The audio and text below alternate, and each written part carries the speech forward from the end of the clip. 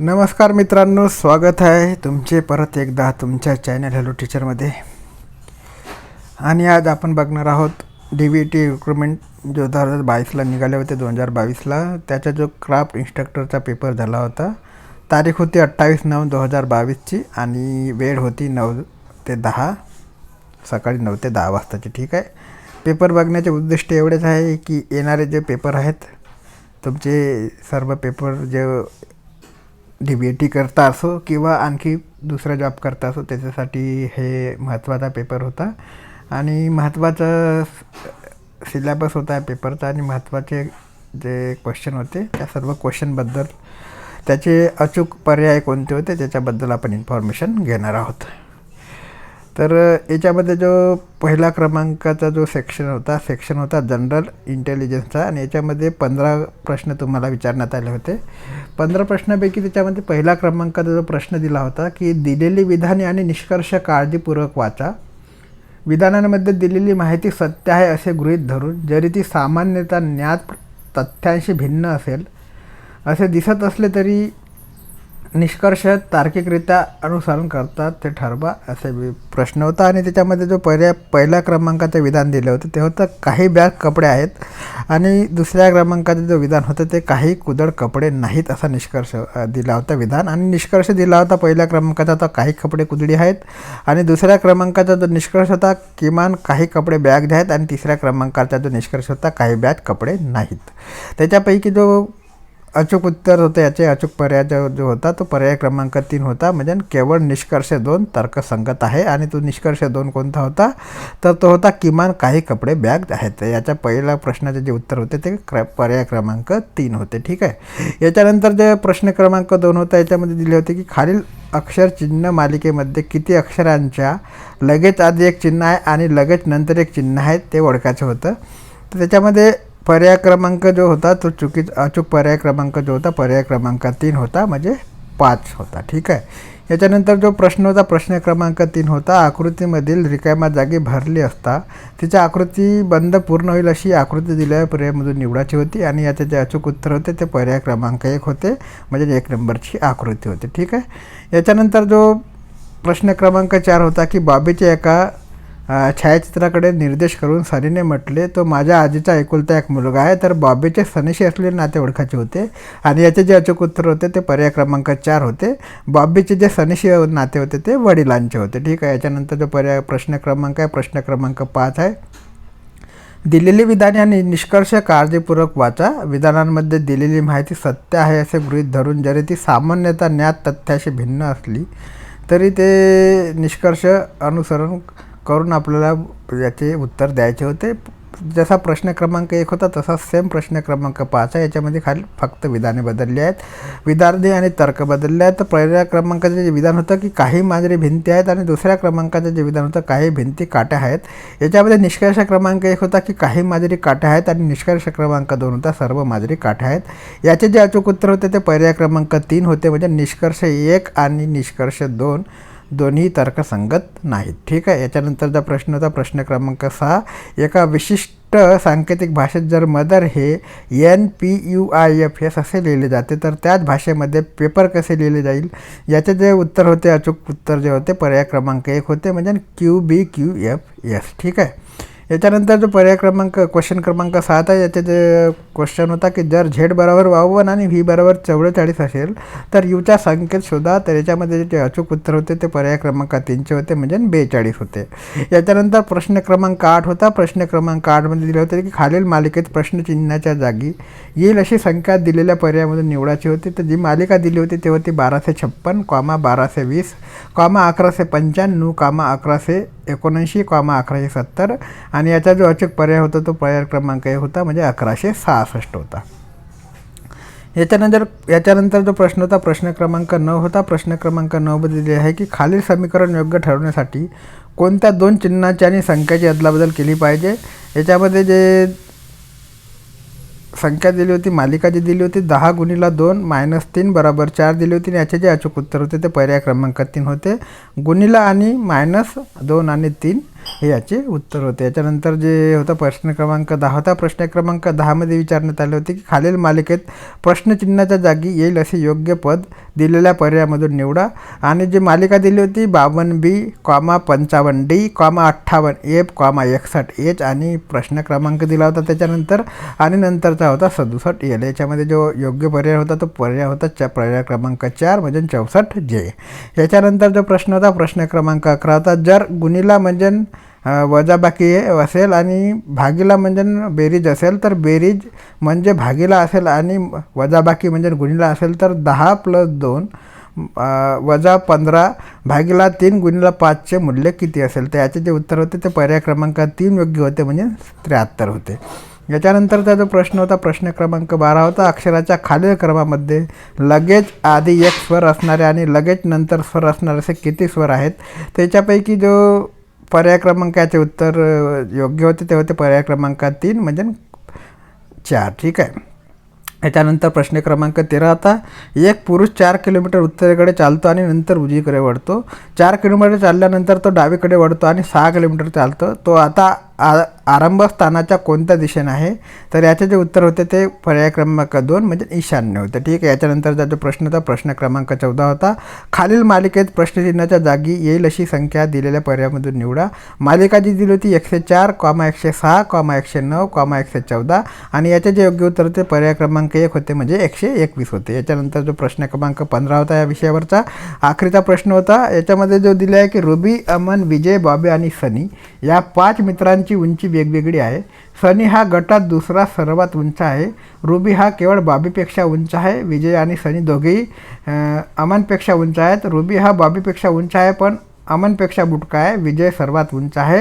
रुबीपेक्षा किती जण उंच आहेत. तर याचं जे उत्तर होते योग्य उत्तर जे होते पर्याय क्रमांक 4चे होते म्हणजे 3 जण. तर हे तर्कशक्तीच्या आधारावरती 15 प्रश्न परिपूर्ण झाले आहेत. त्याच्यानंतर जे सेक्शन 2 होता त्याच्यामध्ये मराठी लँग्वेजवरचे प्रश्न होते आणि मराठी लँग्वेजमधला पहिला जो प्रश्न दिला होता त्यांनी पहिला प्रश्न होता की काल सकाळी आमच्या घरासमोर एक रिक्षा थांबली. या वाक्याचा काळ ओळखा. तर काल सकाळी आमच्या घरासमोर एक रिक्षा थांबली या वाक्याचा जो काळ होता तो पर्याय क्रमांक 2 म्हणजे भूतकाळ होता. याच्यानंतर जो प्रश्न क्रमांक 2 आहे त्याच्यामध्ये दिला आहे की पृथ्वी सभोवती फिरते या वाक्यातील कर्ता कोणता आहे.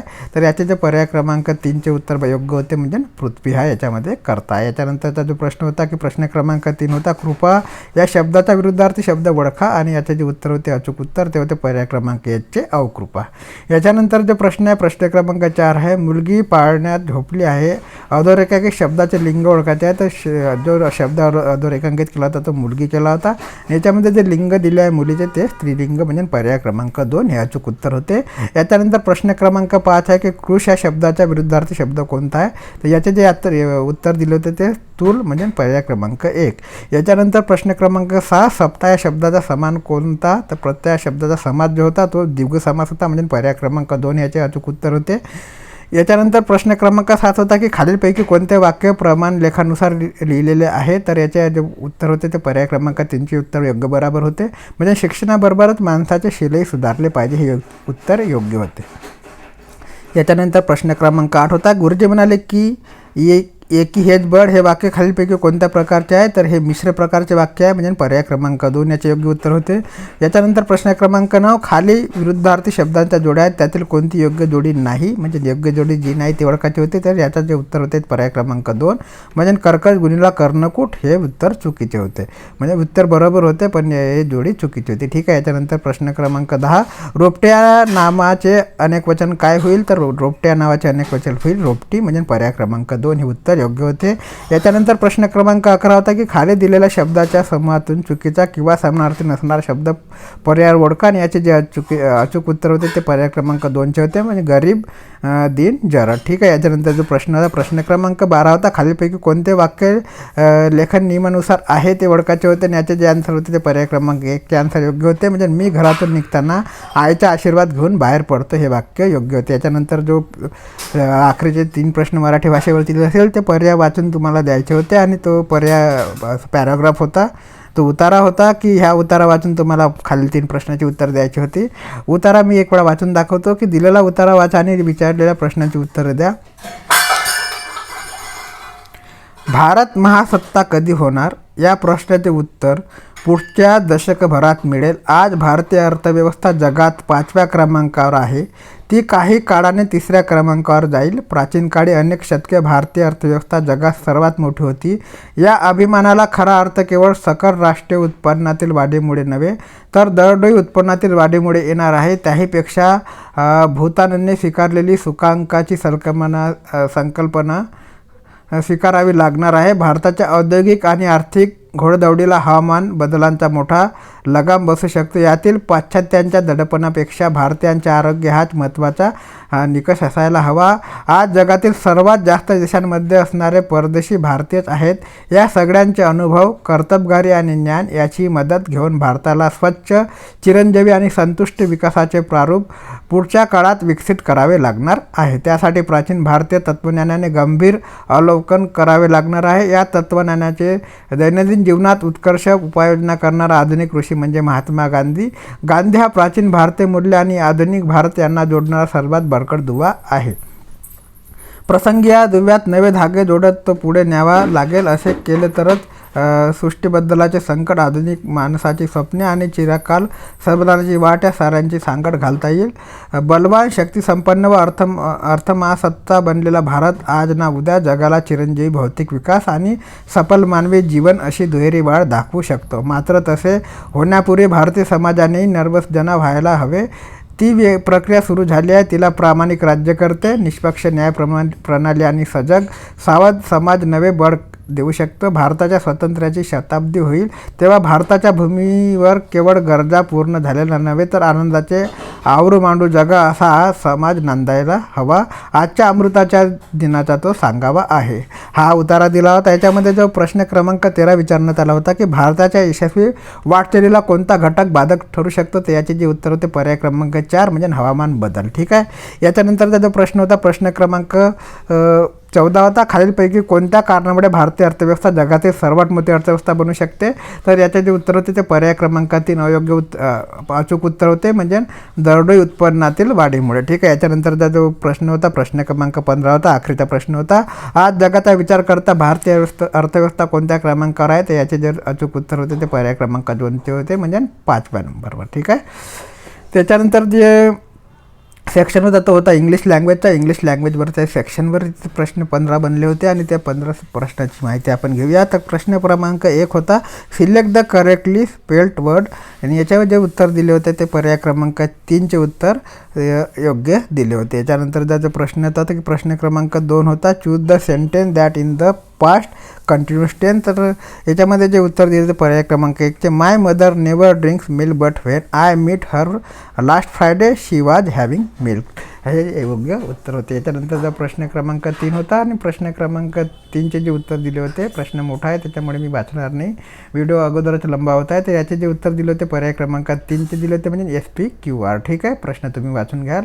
याच्यानंतरचा प्रश्न क्रमांक होता 4 select the most appropriate meaning of the given idiom are cutting corners. तर याचे जे उत्तर दिले होते पर्याय क्रमांक 1 doing something poorly in order to same time of or money. ठीक आहे. याच्यानंतर जो प्रश्न क्रमांक 5 होता select the most appropriated meaning of the given word आणि शोल दिलं होतं. याचे जे आन्सर होतं ते पर्याय क्रमांक 1 होता a number of fish swimming together. याच्यानंतरचा जो प्रश्न होता प्रश्न क्रमांक 6 होता आणि प्रश्न क्रमांक 6 मध्ये जे उत्तर होते ते ऑप्शन नंबर क्रमांक 1चे होते म्हणजे ऑप्शनचे होते.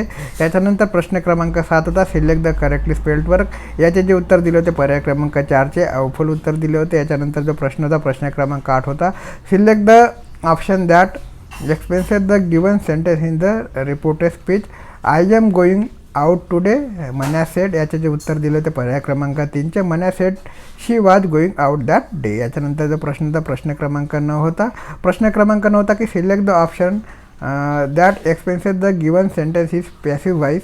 Sharda is playing football on the playground provided by the RWA. याचे जे करेक्ट उत्तर होते ते पर्याय क्रमांक 2चे होते football is being played to Sharada on the playground provided by the RWA. याच्यानंतर जो प्रश्न होता प्रश्न क्रमांक 10 होता प्रश्न क्रमांक 10 तुम्हाला जो होता त्याचे पर्याय योग्यरित्या लावायचे होते आणि त्याचे जे उत्तर होते आन्सर होते बी सी ए डी होते. याच्यानंतरचा प्रश्न होता प्रश्न क्रमांक 11, choose the sentence that in the present tense. याचे जे करेक्ट उत्तर ते पर्याय क्रमांक 3 होते, Reema has known Shelly since 1984. याच्यानंतर जो प्रश्न होता प्रश्न क्रमांक 12 होता, select the most appropriated meaning of the given word geology. तर याचे जे उत्तर होते ते पर्याय क्रमांक 4 होते, the study of Roxx and soil. याच्यानंतर जो प्रश्न होता प्रश्न क्रमांक 13 होता, एक उतारा दिला होता, तो उतारा तुम्हाला वाचून खालील प्रश्नाची उत्तरं द्यायची होती. मी उतारा वाटणार नाही, व्हिडिओ अगोदर लंबा होता आहे. प्रश्न क्रमांक मी डायरेक्ट वाचत आहे आणि त्याचे उत्तर तुम्हाला सांगत आहे. प्रश्न क्रमांक 13 होता की select the most appropriate title for the passage. आणि याचे जे करेक्ट उत्तर होते पर्याय क्रमांक 4 होते, द एज ऑफ कंझ्युमरिंग. याच्यानंतर जो प्रश्न होता प्रश्न क्रमांक 14 होता, select the most appropriate antonyms of the given word revenge. याचे जे उत्तर होते बरोबर उत्तर होते तर पर्याय क्रमांक 1 होते म्हणजे फॉरगिवनेस.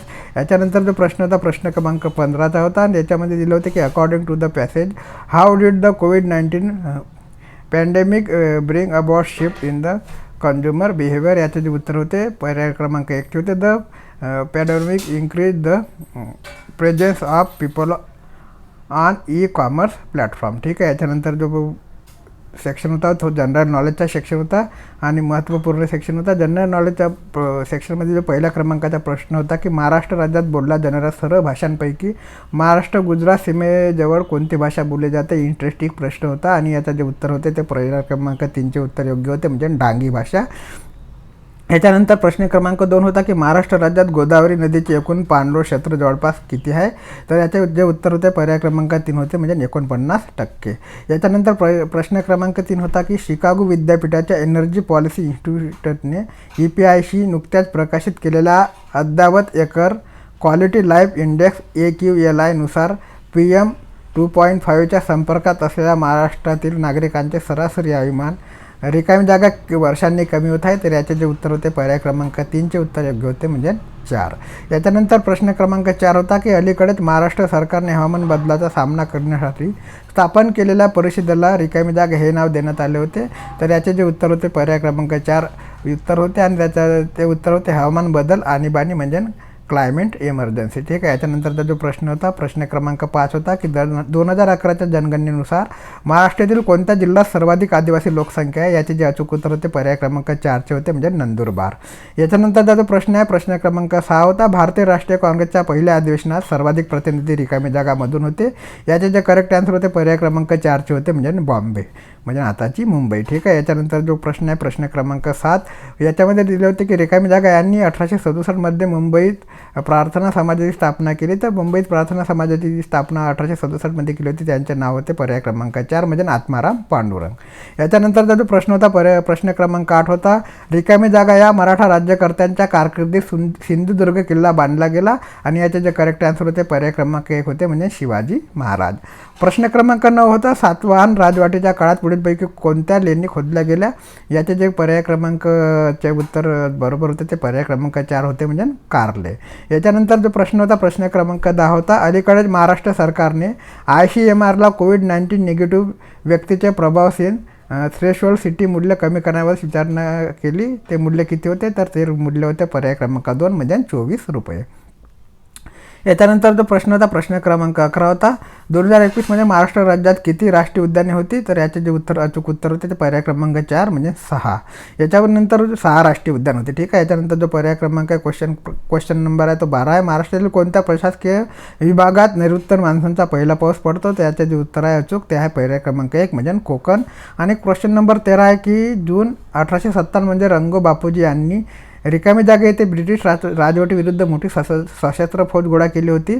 ते कुठे केली होती तर याचे जे करेक्ट उत्तर आहे ऑप्शन नंबर 2 आहे बागरवाडी येथे. ठीक आहे. याच्यानंतरचा जो प्रश्न आहे प्रश्न क्रमांक 14 आहे, महाराष्ट्र राज्य कौशल्य विकास मंडळ ब्लॉकेचन तंत्रज्ञानावर आधारित प्रमाणपत्रे रिकामी जागाच्या विद्यार्थ्यांना प्रदान करणार आहे.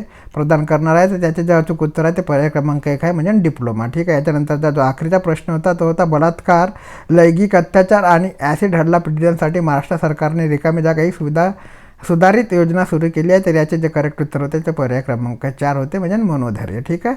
तर असा हा पेपर होता. याच्यापैकी हा पेपर इथे बघण्याचा दृष्टिकोन एवढाच की ज्यांनी मार्क बघितले नसेल त्यांनी आपले मार्क याच्याद्वारे बघून घ्यावेत आणि पुढच्या जो बी एक्झाम येणार आहेत त्यासाठी हा पेपर याच्यातील प्रश्न महत्त्वपूर्ण आहेत. आणि सोबतच आपण DBT CBT जे एक्झाम येणार आहेत त्या एक्झामसाठी जे MCQ क्वेश्चनची सिरीज आमच्या चॅनलमार्फत तुमचे जे बी ट्रेड असेल त्या ट्रेडविषयी MCQ क्वेश्चनची सिरीज फ्री ऑफ कॉस्ट चालवली जात आहे. त्याच्यावर कशाही प्रकारचं शुल्क आम्ही आकारत नाही आहोत. ते व्हिडिओ तुम्ही आमच्या चॅनलमार्फत बघू शकता. अजूनपर्यंत तुम्ही आमच्या चॅनलला सबस्क्राईब नसेल केलं तर प्लीज सबस्क्राईब करा, बेल आयकॉनला क्लिक करा आणि तुमच्या मित्रांबरोबर शेअर करा. थँक्यू, धन्यवाद.